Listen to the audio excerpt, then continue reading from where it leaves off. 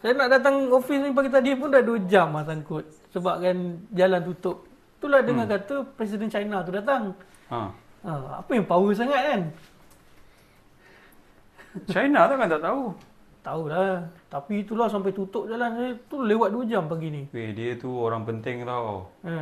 Dia kalau untuk Malaysia kira dia rakan negara trade partner Malaysia yang terbesar. Selama 16 tahun kot. Bermakna kita banyak berniaga dengan dia. Kalau duit kita 100, RM15 tu kita berjual beli dengan dia. Banyak tak banyak? So memang satu negara yang penting. And China dia bukan dekat tempat dia je. Bukan tempat kita je, tempat dia pun dia memang jaga betul dia punya pemimpin. So ni. Tapi memang saya admire negara dia. Itulah sebab kecoh semalam kan. Pasal nak pergi kerja 2 jam sampai even pagi ni pun saya sangkut 2 jam. Macam mana? Kan ramai yang cakap buat apalah dia ni datang Malaysia kan, tapi kita sebagai rakyat Malaysia ni pun mengharapkan sesuatu yang besar lah kan.